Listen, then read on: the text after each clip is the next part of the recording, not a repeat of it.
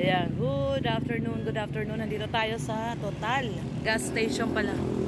Gas station at pupunta tayo doon sa sa site.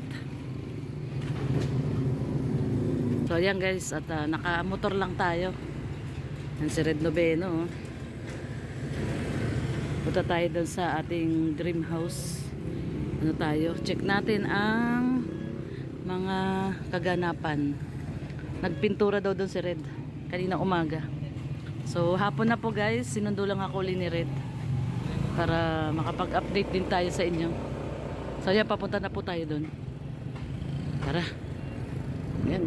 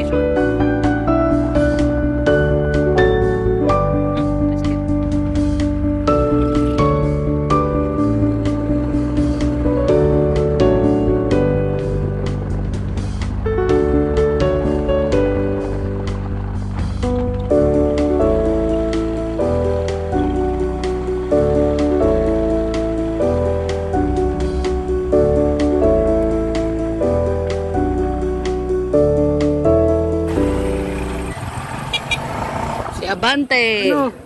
Abante! Ha? Ulang pagod, naapura ko yung kulagap. Kaya ka mapagawa doon? Next week. Merkulis. Miyerkules na? Bukas na katabayaran.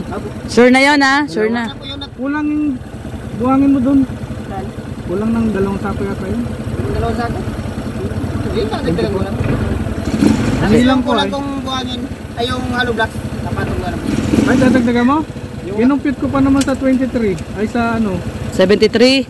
73 nga po, kulang yata ang 2. 123. Kulang nga yung 2. Kaya nga, doon ko na-compute ay yung pera. Okay na yun. Huwag mo na dagdagan. Dagdag ko lang po yung 2. Yung kulang mo. Hindi magdadagdag. Oo. Tatawadan ko yung 2. Sige. Salamat. Puro kay Kuya Gap. Oo. Merkulis pa ako. Ayan, nakasalubong natin si Abante. Ating taga-deliver. Ngayon pwede na siya pumasok kasi maganda na yung daan. Hindi na maputik. Nakakapasok na siya.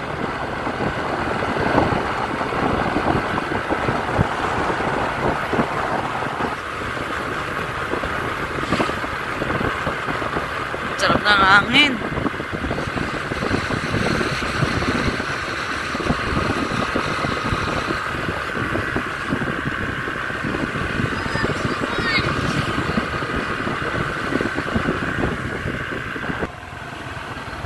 Ari ko. Na ang tulay na makulay.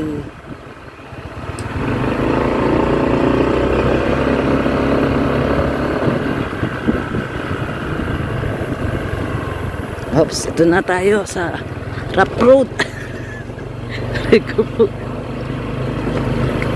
Rough Road talaga to. Rough Road. Ay, naku, may nakawala na namang baka.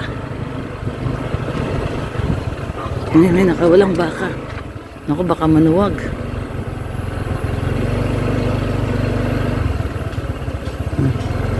Dali din. Manuwag yung baka eh. Nakakadaan ka na doon? Ha? Nandiyan sila Rhea. Ay, nandiyan sila Rhea. Oo nga, no? Yan, nandiyan sila Rhea, oh guys. Ngayon yung kanilang motor. Nagbabaybayan na naman sila doon. Ngayon yung motor nila Rhea. So ayan guys, nandito na tayo. Baba muna tayo. Bisitahin natin sila Rhea.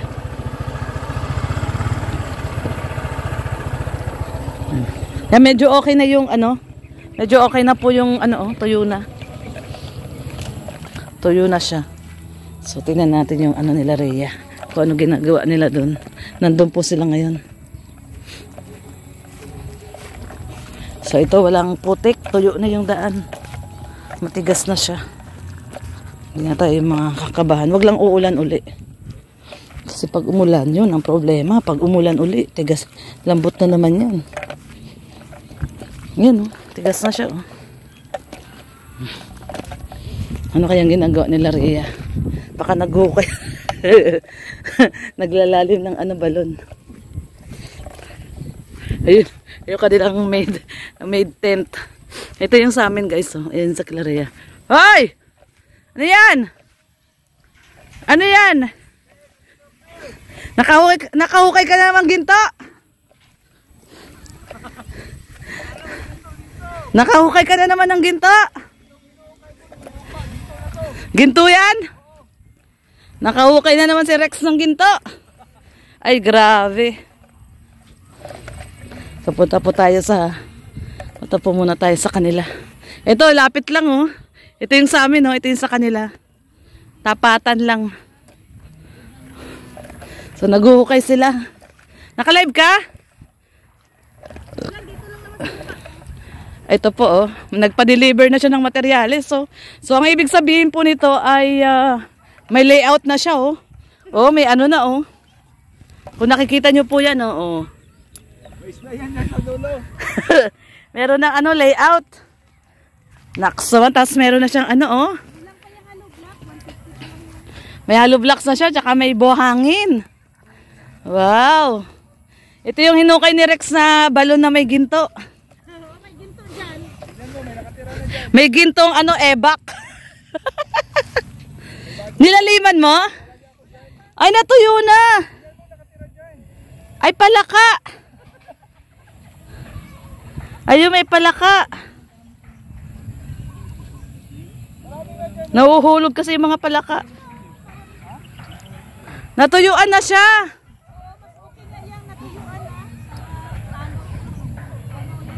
Maghukay uli, lalaliman uli. Mababaw eh. So ayan guys, nandito tayo sa kalupaan ni Rhea Olarte. Ito ganda dito, mas mataas tong area niya eh. Si Rex na ngayon naghuhukay kasi walang pang-labor. Si Rex ang naghuhukay. Oh, yan. Siya rin ang nag-layout. Si Engineer Rex pa. Engineer Rex pala yan. Engineer Rex. Baliko man yung hukay mo. Yun nga, yung Ano yun doon, may baliko. baliko na engineer. Barangay yan. Si Wag lang siyang maglampas doon. Dito lang siya sa loob. Si Engineer Rex ang nag-layout pala nito. Oo. Engineer siya ngayon. Oo, engineer siya ngayon. Hindi na Teacher Rex. Doon. Ito. Mas Ate Ethel. Ito kay Ate Ethel. Pati kay Ate Ethel na. Oo. Dalawa. Papagawa na pareho. Oh, galing. Yan, ito pala yung kay Ate Ethel. Tapos ayun yung kay Rhea. So sabay kayo magpapagawa na.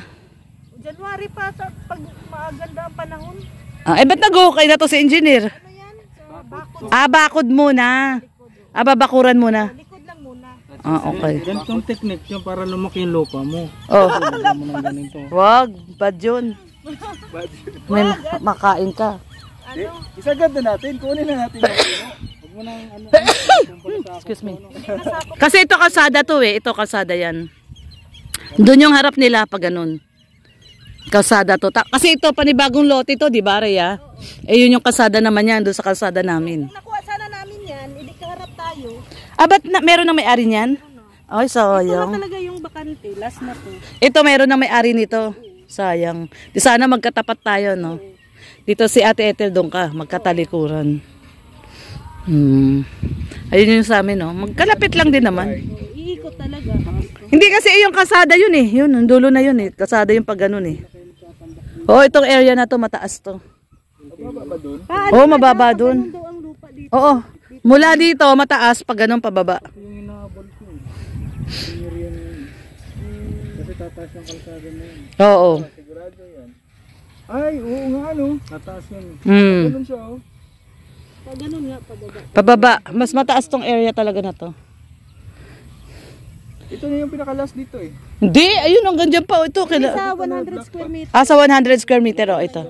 Kasi 80 na yun eh. Ayun na yung nakuha ni, yung pinaayos ni Mr. J, ano, 80 na lang yan. 80 na po to, itong mga to. Ganda ng t-shirt mo. 80. Ha? Doon kay Mark. Sa ukay, puro na ukay. Ano na lang to? 10. 10, last ano? Oh, 10. 10 piso. Oh, si Neil na yan ni Marcy. Nasa sako. 10 pesos. Ay, pipintura. Nagsisale doon si Mars, pati yung mga jacket, 20 pesos na lang. Mag-ano na tayo? Mag-uukay-ukay na tayo. Oo, may mga bumibili nga doon, dami niyang ano ngayon doon.